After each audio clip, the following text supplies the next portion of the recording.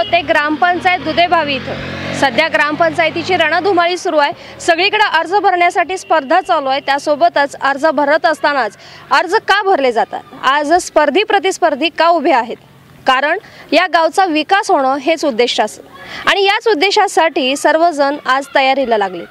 सरपंच जे आता आहेत, जे आता सत्तेवर आहेत, त्यांच्या विरोधक जे उभे आहेत ते देखील आज उभे आहेत। याला देखील कारण आहे आणि हे सर्व जाणून घेण्यासाठी आज आपण आलो आहोत दुधेबाई इथल्या ग्रामपंचायतीमध्ये। ग्रामपंचायतीच्या कार्यकाळाच्या परिसरात काही नागरिक आहेत, काही विरोधक देखील आहेत। तर आज त्यांच्याकडून आज आपण माहिती जाणून घेणार आहोत, गावचा विकास कितपत झाला आहे। तर आपलं नाव सांगा। माझं नाव आबासाहेब दुधाळ, मी सेवानिवृत्त सहाय्यक पोलीस उपनिरीक्षक। मी या दुधेबाई गावचा ग्रामस्थ आहे। मी गेले 5 वर्षापासून मी सेवानिवृत्त आहे, परंतु मला एकच सांगायचं आहे, या गेले 20, 25, 30 वर्षाच्या काळात एकच हाती सत्ता विरोधकांच्याकडे आहे, परंतु त्यांनी गावाला साजेल असं किंवा गोरगरिबांच्या उपयोगाला पडेल असे कोणतेही त्यांनी कार्य केलेलं नाही। ते कार्य करणं गरजेचं असताना देखील त्यांनी केलेलं नाही।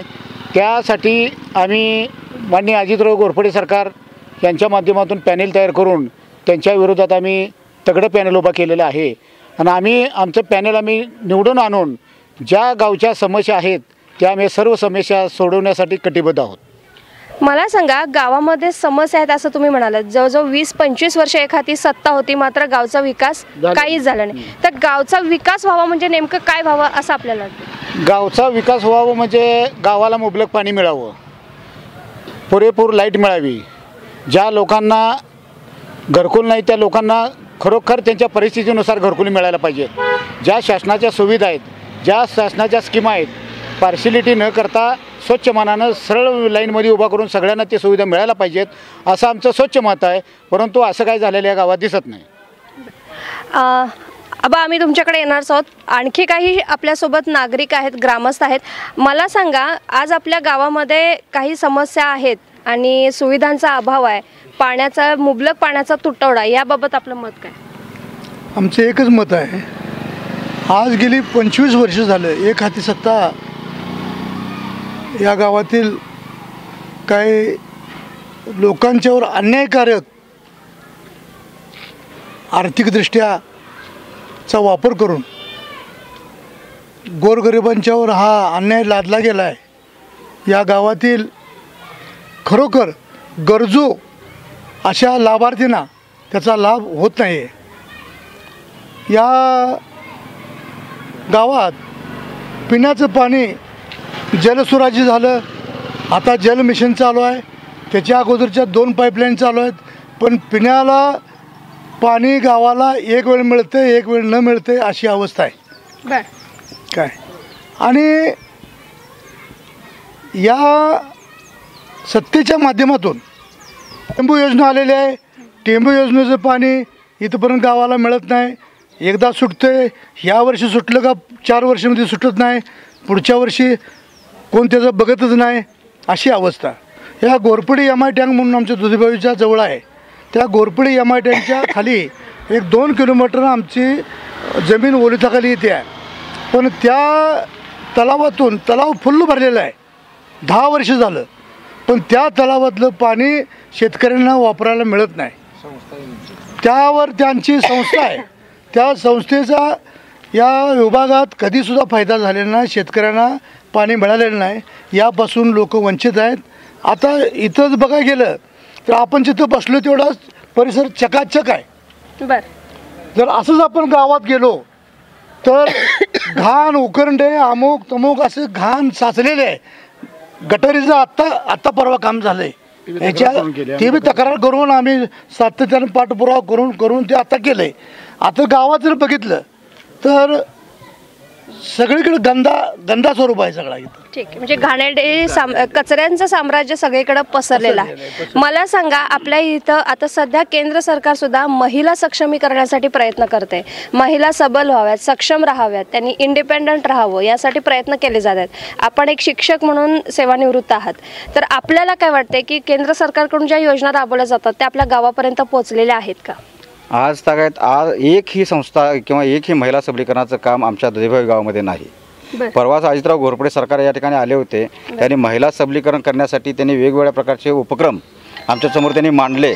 त्या उपक्रमाला पाठबळ देणे, ते महिलांना प्रशिक्षण देणे, अशा प्रकारच्या योजना दुधेबावी गावाला माहीत व्हाव्यात यासाठी सरकारने भरपूर माहिती दिली आम्हाला.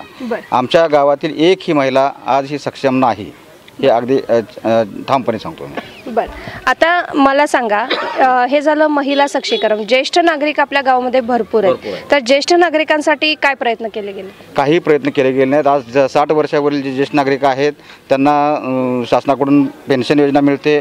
आज आमच्या गावात कोणालाही ती पेन्शन योजना मिळत नाही. मिळालं असेल तर तुटपुंजी त्यांच्या जवळच्या समर्थकांना किंवा साथीदारांना मिळत असेल. बाकी गावात 60 वर्षावरील 65 वर्षावरील एसटीचे पास हे सुद्धा कोणाला मिळत नाहीत. 75 वर्षे मोफत पास जो आहे तोही मोफत पास कोणाला गावात मिळालेला नाही. मला सांगा, आता सध्या शिक्षणाचा बोजवारा सगळीकडे खेडेगावांमध्ये पाहायला मिळते. खेडेगावातून सगळी शहरीकरणाकडे वाटचाल आहे. तर यामध्ये आपल्या गावामध्ये शैक्षणिक सुविधा कशा आहेत आणि इथं विद्यार्थ्यांना शिक्षण त्या पद्धतीने मिळतं का? विद्यार्थ्यांना या ठिकाणचा शिक्षक जो आहे तो प्राथमिक शिक्षक असेल, माध्यमिक शिक्षक आहेत, पूर्ण ताकदीचे चांगल्या प्रकारचे शिक्षण देणारे शिक्षक आहेत. मी पाहतो आहे, मी सेवानिवृत्त होईपर्यंत अगदी माझ्या गावावर लक्ष होतं पूर्णपणे. पण या गावामध्ये अशी परिस्थिती आहे, विद्यमान जे सत्ताधारी लोक आहेत त्यांनी शेजारच्या गावामध्ये, चोरोशी गावामध्ये त्यांनी स्वतःच्या शाळा सुरू केल्या. त्यामुळे गावातील घराघरातील मुलं ती स्वतःची गाडी करून लोकांच्यावर दहशत माजवून ही मुलं या गावातून त्या गावात नेल्या जातात. गावातल्या शाळा बंद पाडण्याचा प्रयत्न त्यांनी आत्तापर्यंत चाललेला आहे. गेली 4 वर्षापूर्वी आम्ही प्राथमिक शाळा जी समोर आपल्या आहे त्या शाळेमध्ये आम्ही मोफत वह्या 1ली ते 7वीपर्यंतच्या सर्व विषयांना वह्या आम्ही देत होतो. तर त्याच पद्धतीनं हायस्कूल चांगल्या पद्धतीने चालावं यासाठी हायस्कूललाही आम्ही 9वी चे 10 पुस्तकाचे संच आम्ही वेळोवेळी मदत आम्ही करतो त्यांना. ही शाळा भक्कम व्हाव्यात आणि गावातल्या शाळा टिकाव्यात यासाठी. पण ते शाळा बंद करण्याच्या प्रयत्नात वारंवार असतात. आता मला सांगा, हे जे गावचा विकास म्हणतोय आपण, 25 वर्ष सत्ता, एक हाती सत्ता ज्यांनी आतापर्यंत भोगली त्यांच्याकडून सुविधांचा पूर्ण बोजवारा झालेला आपल्याला पाहायला मिळाला. मग आता मला सांगा, ह्या निवडणुकांनंतर कोणकोणत्या सुविधा तुम्ही कराल असं तुम्हाला वाटतं? या निवडणुकीनंतर आमचं पॅनेल विजय होईल न होईल तो भाग वेगळा आहे, परंतु आम्ही 100% विजयाच्या मार्गावर आहोत. आमचा विजय झाल्यानंतर आमची सगळ्यात स्वच्छ भावना अशी आहे, ज्या महिला आमच्या गावात ज्यांचा लग्न महिला म्हणून होतंय त्या मुलीला ग्रामपंचायततर्फे आम्ही 5,000 रुपये आहेर म्हणून मानधन देणार. तसंच जे मयत झालेले लोक गावात आहेत त्यांचे अंत्यसंस्कार ग्रामपंचायतीने फुकट करावं आणि ग्रामपंचायतीने तो खर्च करावा. तसंच गावात आम्ही ग्रामपंचायतीमार्फत एक चक्की बसवणार आणि प्रत्येक कुटुंबाला त्या चक्कीमार्फत 30 किलो दळप फ्री दिली जाणार, ही योजना आम्ही राबवणार. तसंच ह्या गावात गेल्या 1.5 वर्षात डेंग्यूची साथ 300 ते 400 पेशंट या गावात मिळाले होते. त्यावेळेला मी स्वतः टोपे साहेबांच्या करून ते पाठपुरावा करून डॉक्टरांची फौज या गावात आणली. ते सगळ्यांचे म्हणजे चेकिंग केलं घरोघरी जाऊन. त्यावेळेला 300च्या वर आकडा निघाला. त्या लोकांच्याकडे पैसे नाही, एका घरात 4-4 पेशंट मिळाली. त्यावेळेला बंदिस्त गटारी व्हाव्यात म्हणून मी ज्यावेळेला तक्रार केली त्यावेळेला आमच्या या गटानं तक्रार केल्यानंतर ही बंदिस्त गटार आता झाली. पण बंदिस्त गटारसुद्धा घेणारे तेच आहेत. बंदिस्त गटारीचं काम बी निकृष्ट झालं, त्याबद्दल मी तक्रार केलेली आहे. गावात पाणी नव्हतं, आडव्या उभ्या बोर मारावत म्हणून आम्ही घागरी मोर्चा काढला ग्रामपंचायतीवर. घागरी मोर्चा काढल्यानंतर आता पंचायत समितीनं त्या विहिरींना, संबंधित विहिरींना उभ्या आडव्या बोर मारून गावाला आत्ता पाणी थोडं दिलं आहे. तरीसुद्धा त्यात राजकारण करून गावाला वेळेवर पाणी सोडायचं नाही किंवा गावातल्या लोकांची कुचंबना करायची. ज्यांच्या घरापुढे लाईट आहे ते लाईट लावायचे नाहीत, बल्ब बंद पडायचे, फोडायचे, ते वायरमनला लावू द्यायचे नाहीत. एवढ्यापर्यंत इथं राजकारण चालतंय. ते राजकारण आम्हाला एकदा या गावात संपवायचं आहे आणि गोरेगरिबांना स्वच्छ आणि निपक्षपातीपणे आम्हाला न्याय द्यायचा आहे, एवढीच आमच्या पैशाची भावना आहे. एक मिनिट, आता आपण मला सांगा, आपल्या इथं प्राथमिक आरोग्य केंद्र आत्ताच सांगितलं की तर डेंग्यूचे भरपूर पेशंट आढळून आले. मग याच उद्देशानं मला सांगा, त्याच्यानंतर किंवा त्याच्या आधी प्राथमिक आरोग्य केंद्र आपल्या इथं आहे का? आणि ते असेल तर तिथं डॉक्टर आपल्याकडे अवेलेबल असतात का? आरोग्य केंद्र आहे, पण इथं डॉक्टर अवेलेबल नाहीत.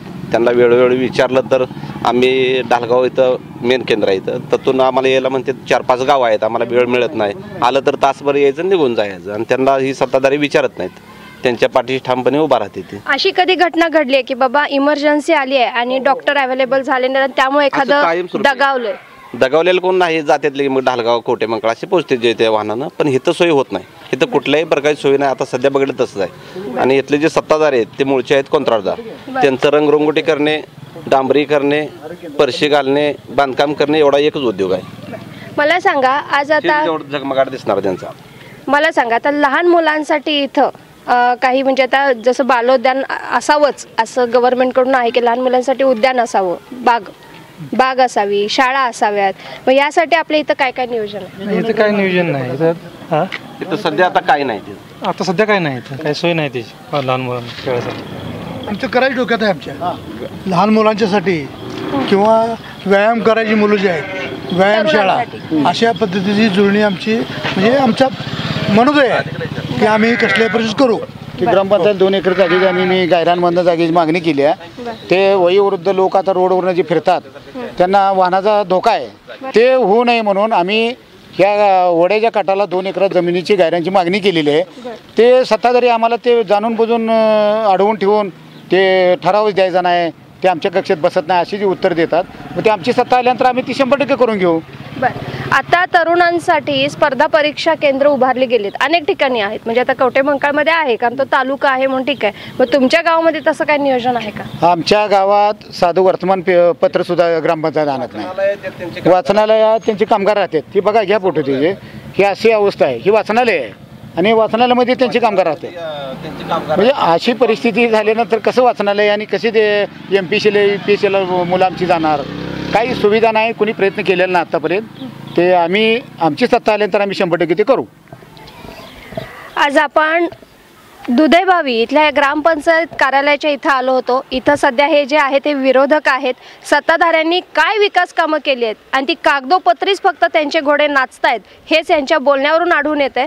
आणि आता यावरून आपल्याला असं जाणून येतंय की विरोधक आहेत ते विरोधात आहेत आणि ठाम आहेत. ते निवडणूक लढणार आणि निवडणूक जिंकून दाखवणार असा त्यांनी निश्चय आपल्याला बोलून दाखवलाय. निवडणुकीच्या निकालानंतरच हे सारं चित्र स्पष्ट होईल.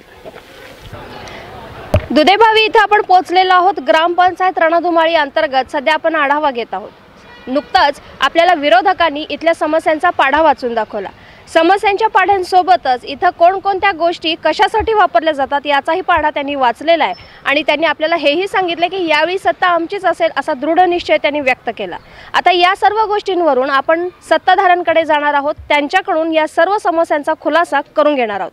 खरंच इथं समस्या आहेत का आणि जर असतील तर त्यांचा पाठपुरावा कशा पद्धतीनं केला आणि या समस्यांचं निराकरण करण्याचा प्रयत्न त्यांनी केला का याविषयी आपण सविस्तर जाणून घेणार आहोत आजच्या सत्ताधारी यांच्याकडून.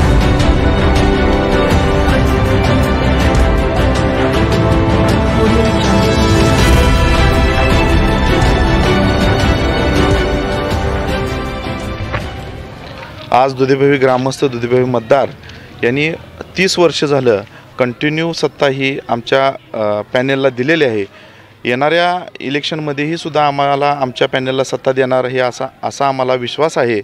आज गावामध्ये काम करत असताना काही विरोधकांनी टीका केली आम्हाला काही माहीत नाही, पण आज जर समजा बघितलं स्वच्छता असू द्या, इंटरनल बंदिस्त गटर असू द्या, आज गावामध्ये 100% आमच्या पूर्ण बंदिस्त गटर झालेले आहे.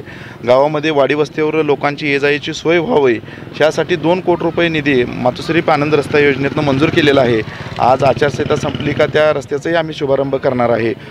आज गावामध्ये टेंबू योजनेचं पाणी 40% भाग आमचा ओलिताखाली येत होता. राहिलेला 60% भाग हा डायरेक्ट एक दुसरी वाळीखिंडी एक्सप्रेस म्हणून मंजूर झालेले आहे. राहिलेल्या 60% भागालाही पूर्ण आमचं दुधेभावीचं जेवढं क्षेत्र आहे भौगोलिक क्षेत्र ते 100% पाण्यापासून कुठलाही भाग वंचित राहणार नाही याची ग्वाही देतो. आणि आज गावचं काम करत असताना, सार्वजनिक विकास करत असताना गावामध्ये आमच्या सांगली जिल्हा मध्यवर्ती बँक, आज आमचे गाव सांगली जिल्ह्याच्या गाडी जाऊ द्या का सांगली जिल्ह्याच्या टोकाला असणारं गाव आहे. म्हणजे आमच्या गावाची शिवी सोलापूर जिल्हा एका बाजूला लागतो, एका बाजूला जत तालुका लागतो. आज आमच्या इथं दुधेभावीमध्ये सांगली जिल्हा मध्यवर्ती बँकेची गेल्या 5 वर्षामध्ये आम्ही शाखा आणण्याचा प्रयत्न केला व ती शाखा मंजूर झाली. आज गावचा विकास करत असताना गावाला 4ही बाजूला जे जाणारे रस्ते आहेत ते रस्ते पूर्णपणे डांबरी. आता तुम्ही येतानाच तुम्हाला सगळं, आणि तुम्ही आमचं मत आहे की गावातनं फिरून पाहावं, विरोधकांनी काय टीका केली याच्यापेक्षा प्रत्यक्षात तुम्हाला गाव काय दिसतंय. आज बंदिस्त गट काही विघ्न संतुष्टी मंडळी आहेत, कारण असताना बंदिस्त गटर प्रत्येक ठिकाणी चेंबर वगैरे सोडलेले आहेत, पण जाणून बुजून गावाची बदनामी व्हावी म्हणून पाणी वरती सोडलं जातं, हाताच्या बोटावर मोजण्या इतपत ती माणसं आहेत. भविष्य काळामध्ये आम्ही ती ग्रामपंचायतमार्फत त्यांचंही उपाययोजना करणार आहे आणि त्यांचा बंदोबस्त करणार आहे. पिण्याच्या पाण्याचा विषय, पिण्याच्या पाण्याची टाकी आता मंजूर झालेली आहे. गावात इंटरनल पूर्ण वाडीवस्ती पाणी पुरवठा पाईपलाईन पूर्ण झालेली आहे. 2 टाक्या गावामध्ये आहेत. एक पाणी आम्ही पिण्याच्या पाण्यासाठी वापरणार आहे, दुसरी पाण्याची टाकी वापरण्यासाठी वापरणार आहे. गावाला 2 तलाव आहेत. आमच्या दोन्ही बाजूच्या गावाला एक घोरपडी तलाव आणि एक दुधेभावी तलाव. त्या दोन्ही तलावापासून आमच्याकडे पिण्याच्या पाण्याचा स्कीम आलेला आहे. गावाला 24 तास पाणी पुरवलं इतकं पाण्याची सोय आहे. आता आम्ही 24 तास लाईट त्या विहिरीला कशी मिळेल यासाठी आम्ही येणाऱ्या आगामी काळामध्ये त्याचा प्रयत्न करणार आहे. आणि शेतकऱ्यांना आज वडापात्रावर आम्ही पाठीमागल्या 25-30 वर्षामध्ये वडापात्राचं 1 मीटरसुद्धा आमची जागा मोकळी नाही, खुली नाही. खालच्या बंधाऱ्याचं पाणी हे वरच्या बंधाऱ्याला थटलं जातं. गावामध्ये विकास काम करत असताना कुठली पक्ष पार्टी वगैरे कुठलंही न बघून घेता जो लाभार्थी आहे, जो पात्र लाभार्थी आहे त्याला त्या लाभार्थीला लाभ देण्याचं काम आम्ही केलेलं आहे. त्यामुळंच आम्हाला कंटिन्यू 30 वर्ष लोकांनी आमच्यावर विश्वास ठेवलेला आहे आणि आम्हाला सत्तेत ठेवलेला आहे. येणाऱ्या 5 वर्षामध्येही नक्कीच विरोधकांनी आज विकासाच्या मुद्द्यावरती बोलावं. म्हणजे आज काम करत असताना बाबांनो पाठीमाग आता जर समजा 5 वर्षाच्या पाठीमागल्या जर मिटिंगच्या प्रोसिडिंग वया काढल्या तुम्ही, तर त्या मिटिंगला आम्ही उपस्थित आहे, गावातले विरोधकही उपस्थित आहेत.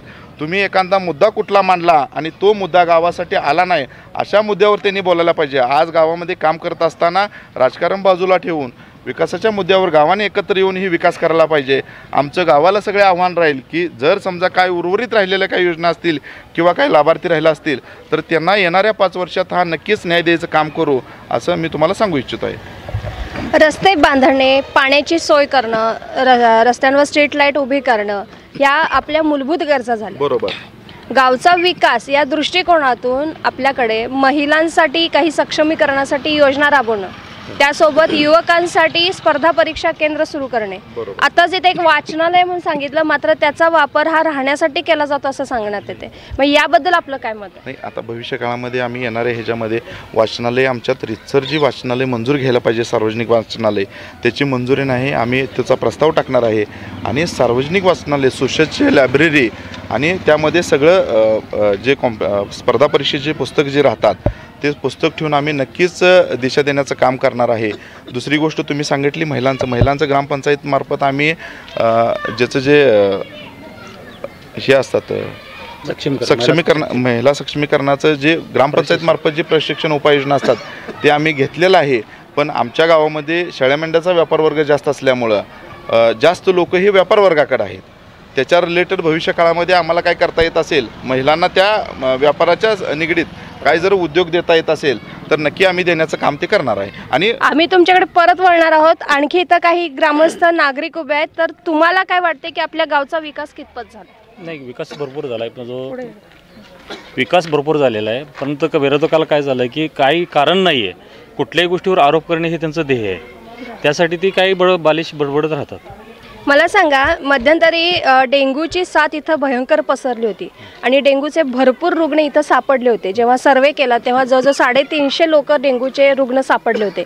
मग त्यावेळी असे रुग्ण सापडण्यामागचं कारण काय होतं? वातावरण प्रदूषित होतं, त्याला काही डेंग्यू येणं. गावात एकही डेंग्यूचा पेशंट नव्हता. आम्ही सगळी वरिष्ठ अधिकारी बोलवून, तहसीलदार आपलं मीडियावाली मेडिकल यंत्रणा बोलवून, पंचायत समितीचे अधिकारी ढालगावच्या विभागाचे अधिकारी बोलवून आम्ही सगळी गावात चौकशी केली तर एकही पेशंट डेंग्यूचा गावात नव्हता. म्हणजे विरोधकांनी जो आरोप केलेला आहे जर समजा तसं असेल तर डेंग्यूचं सदृश्य जर असेल तर त्याचा ब्लड रिपोर्ट हा 100% मिळतो. कारण डेंग्यू कशाचा आधारे ठरतो की माणसाचा ब्लड सॅम्पल पॅथॉलॉजी लॅबला दिल्यानंतर जर तसेच जर 350 रिपोर्ट असतील तर आमचं स्वागत आहे, म्हणजे विरोधकांचं स्वागत आहे की जर त्याचं उपाययोजना आपण करू. पण 350 रिपोर्ट हे दावायचं काम त्यांनी करायला पाहिजे.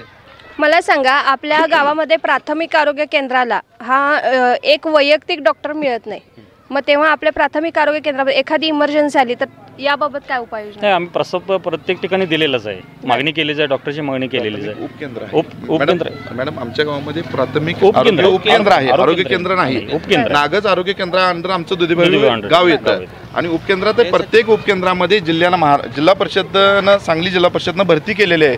त्या प्रत्येक जिल्हा उपकेंद्रामध्ये एक CHO भरती केलेला आहे. तो CHOही तो आमच्याकडे येतोय. आता लेडीज होती त्यांची गैरसोय काहीतरी झाली, कारण की आमचं गाव हे जिल्ह्याच्या टोकाला गाव आहे. भौगोलिकदृष्ट्या जर बघितलं तर ये जायच्या दृष्टीने वगैरे महिलांसाठी गैरसोयीचं होतं, लांब पडतं. मग महिला आम्हाला अपॉइंट केलेली होती, ती महिला त्यांनी त्यांच्या वैयक्तिक कारणासाठी त्यांनी थांबलेले आहेत. आत्ता परवाच THO वगैरे चर्चा झाली आमची, लवकरच देत आहे असं त्यांनी सांगितलेलं आहे. बरं, इथं लहान मुलांसाठी खेळायला बागडायला उद्यान आहे का? उद्यान आहे की आहे का? हो. त्यामध्ये खेळायला मुलांसाठी काय काय? घसरगुंडी आहे, झोपाळा आहे, बरं. पाळणा आहे. आणि साधारण 8वी ते 10वीच्या मुलांसाठी अभ्यासासाठी काय आहे? 8वी ते 10वीच्या मुलांसाठी इथं काय नाही, 1 ते 7 आहे. बरं, तेवढ्या मुलांसाठी तरी काय? अभ्यासासाठी व्यवस्थित कॅम्प्युटरची सोय आहे इथं. बरं. हो.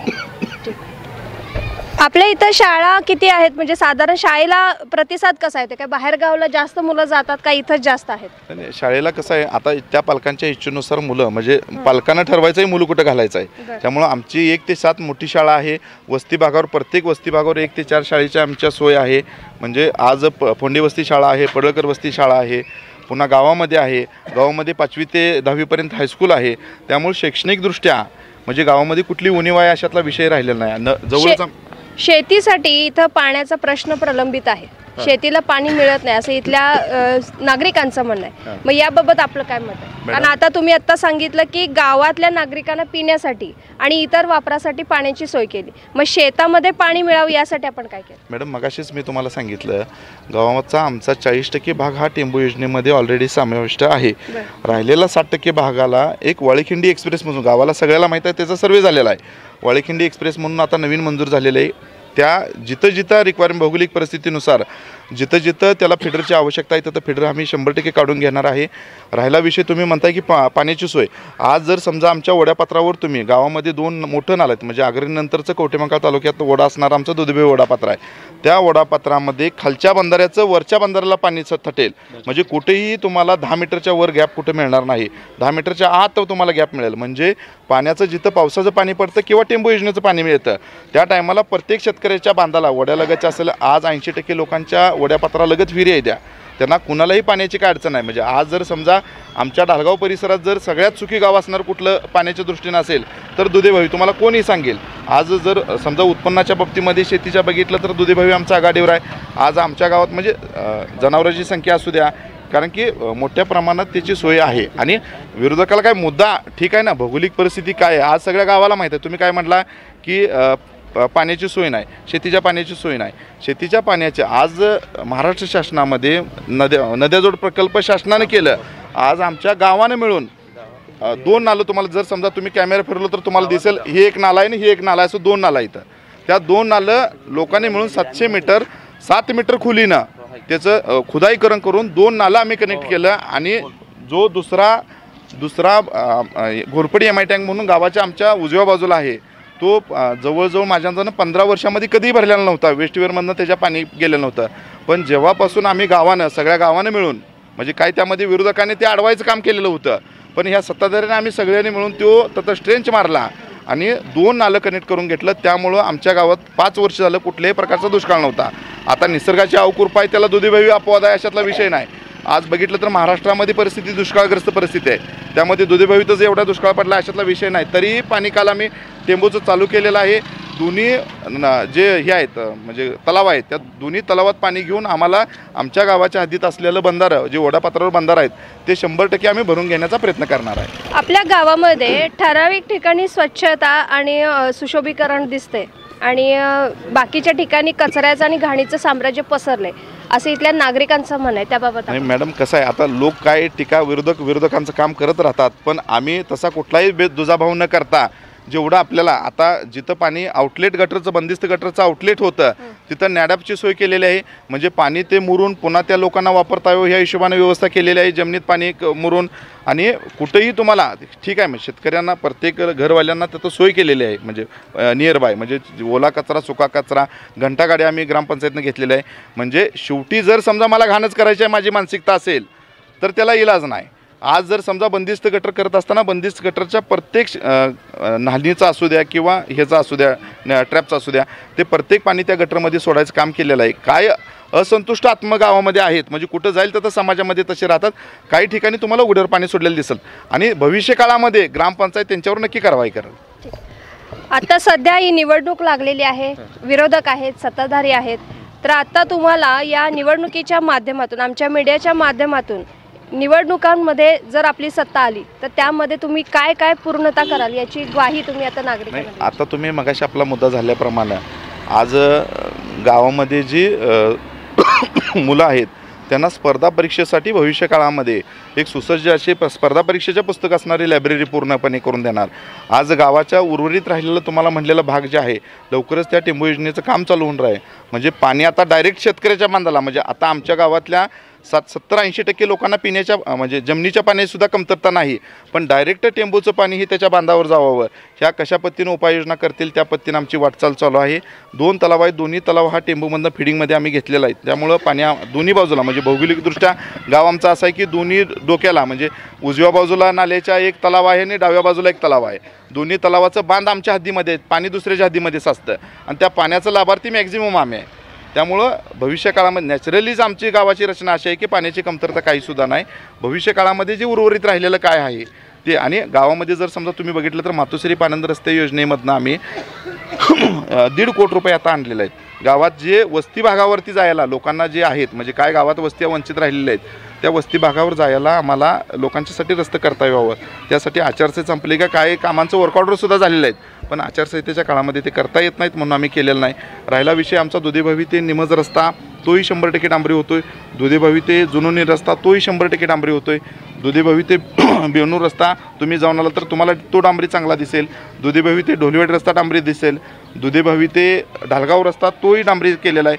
ढालगाव रस्त्यावरती तर आमच्या चढ होता, म्हणजे आमच्या गावातल्या ज्या टायमाला गाड्या जात होत्या एस टीतल्या लोकांना उतरायला लागत होतं आणि त्या लोकांनी एस टीवर ढकलायची आणि पुन्हा ती एस टी चढ पार करायची.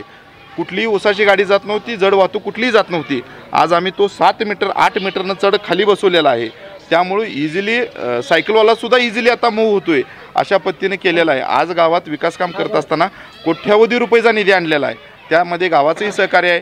गावात सगळ्या युनिटी असल्यामुळं काय म्हणजे विरोधक आहेत, विरोधक त्यांचं काम करतात. फक्त काय काम करतात, एखादी योजना राबवत असताना त्याच्या आडवं पडून, जर समजा आता तुम्ही म्हटला तर ग्रामपंचायत उघडायला हवं, पण त्या ग्रामपंचायतमध्ये एखाद्या विकास कामावरती एकदा अर्ज दिल्यानंतर पुन्हा ती थांबायला पाहिजे. म्हणजे एकदा एखाद्या गोष्टीचं निरसन झाल्यानंतर थांबायला पाहिजे, पण एकाच गोष्टीवरती तुम्हाला 20-20 वेळा अर्ज दिसतील. आज एखादी सार्वजनिक योजना राबवत असताना म्हणजे आता एक अर्ज असा दिला की तिथं चढ का काढला, म्हणजे आज जर गावची सोय होत असेल तर गावानं त्याचं स्वागत करायला पाहिजे. पण आज गावातले जे विरोधक तुम्ही म्हटला त्या विरोधकांच्या त्या अर्जावरती सह्या आहेत आणि चढ का काढला, चढ काढणं हा गावासाठी जर गुन्हा असेल तर ते सत्ताधाऱ्यांनी गुन्हाच केला. म्हणजे जर समजा अशा प्रवृत्तीचे लोक जर असतील तर त्यांना जनता धडा शिकवल्याशिवाय राहणार नाही. आज आमच्या गावातले 700 लोकांवरची मतदार यादीतली नावं कमी व्हावी म्हणून विरोधकांनी अर्ज दिलेला आहे.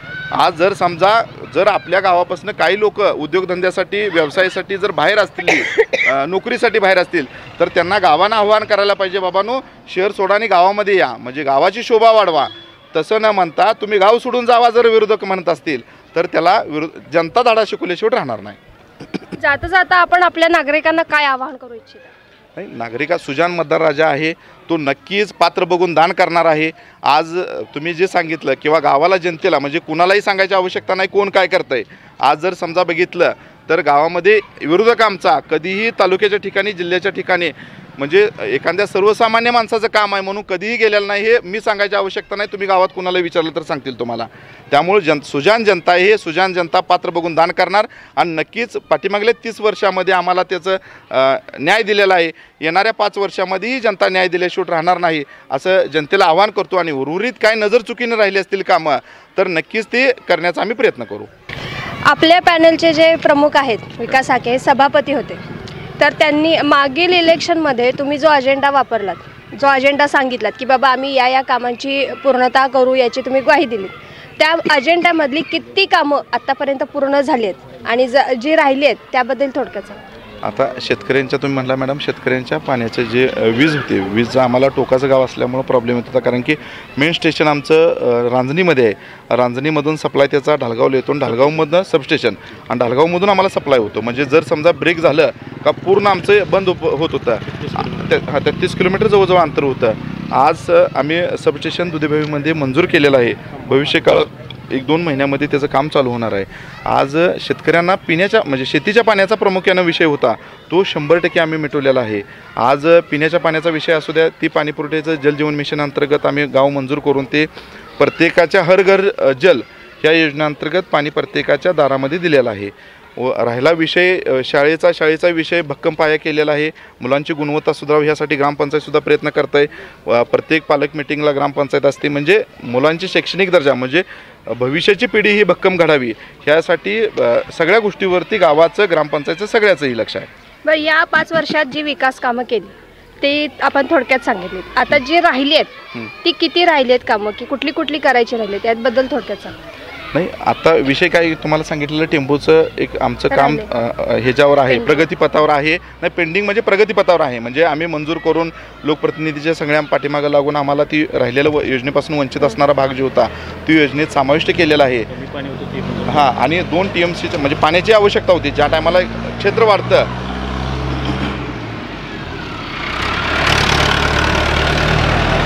क्षेत्र वाढतं त्या टायमाला टेंबूकडे उपाययोजना 2 TMC सांगोला आणि कवठेमंकाळचा काही भाग आणि जतचा काही भाग, त्यासाठी आम्ही उपाययोजना करून ते पाणी आता मिळत आहे.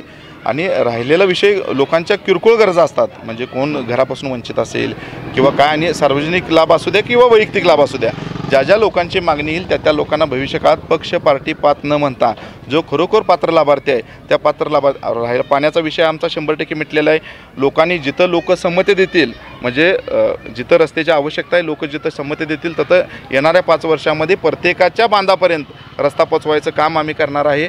आणि वैयक्तिक लाभाच्या काय स्कीमा असतील तर त्या ज्या मागणीप्रमाणे त्या लोकांना आम्ही देणार आहे. आपण एक सुजाण नागरिक म्हणून या गावाचे ग्रामस्थ आहात, आपल्याला काय सांगायचं? आता कसं आहे, दुधेभावीमध्ये सगळे रस्ते सुसज्ज आहेत. प्राथमिक शाळा असतील त्याच्यासुद्धा इमारती खूप छान आहेत. आणि पडळकर वस्ती असेल, फोंडे वस्ती असेल, इथंसुद्धा आपल्या अंगणवाड्या आहेत, तिथल्यासुद्धा इमारती आहेत, ते सुद्धा खूप छान आहेत. आणि प्राथमिक वर्गसुद्धा चांगले आहेत. म्हणजे बऱ्यापैकी सगळी कामं झालेली आहेत. अजून काय राहिलेलं असतील ते सुद्धा आम्ही करण्याचा प्रयत्न करणार आहोत. आता येणाऱ्या आता जी निवडणूक आलेली आहे, या निवडणुकीच्या पार्श्वभूमीवर आपण नागरिकांना काय आवाहन करणार? नाही, आता आव्हान म्हणजे कसं आहे, आता बऱ्यापैकी सगळे कामं झालेलेच आहेत. आता राहिलेला तो विषय म्हणजे आता तो वाळेखिंडी एक्सप्रेस ते काय आता झालेलंच आहे. तो पण काम आता पूर्ण होईलच आणि प्रत्येकाच्या बांधापर्यंत पाणी पोहोचेल 100% हा विश्वास देतो. या इलेक्शनमध्ये आपली सत्ता येईल असा आपल्याला विश्वास आहे? 100%. आपल्याला काय वाटतं? 100% सुजाण मतदान आहे. तो मतदार पात्र बघून दान करणार आणि कोण काय करू शकतो किंवा कुणाच्या कामाची पद्धत काय, आज सगळं 30 वर्ष मॅडम सत्ता देतात म्हणजे ते लोक पात्र बघूनच दान करतात. भविष्य काळामध्ये सुद्धा लोक विकासाला न्याय देतील ही अपेक्षा व्यक्त करतोय. आज आपण दुधेभावी इथल्या ग्रामपंचायतीच्या रणधुमाळी अंतर्गत आलो होतो. इथं विरोधकांकडून काही प्रश्नांचा पाढा वाचण्यात आला, समस्यांचा पाढा वाचण्यात आला, त्यासोबतच इथं कोणकोणत्या गोष्टींचा अभाव आहे हेही सांगण्यात आलं होतं. मात्र आज सत्ताधारी ज्यांनी 30 वर्ष एक हाती सत्ता भोगली त्यांनी आपल्याला यावर स्पष्टीकरण दिलेलं आहे, उत्तर दिलेलं आहे. विकास कामं जवळजवळ पूर्ण झालेली आहेत. राहिली जोखली कामं ही झाले, आता होणाऱ्या निवडणुकींमधून जर त्यांची सत्ता आली तर ते पूर्ण करणार अशी ग्वाही त्यांनी दिलेली आहे. ग्रामपंचायत रणधुमाळी अंतर्गत दुधेभावी ग्रामपंचायतीच्या माध्यमातून आपण इथल्या गावाला भेट दिली आहे. इथल्या गावाचा लेखाजोखा मांडण्याचा प्रयत्न केला आहे. आता होणाऱ्या निवडणुकीमधूनच अंतिम निकालानंतर स्पष्ट होणार की सत्ता कुणाची आहे.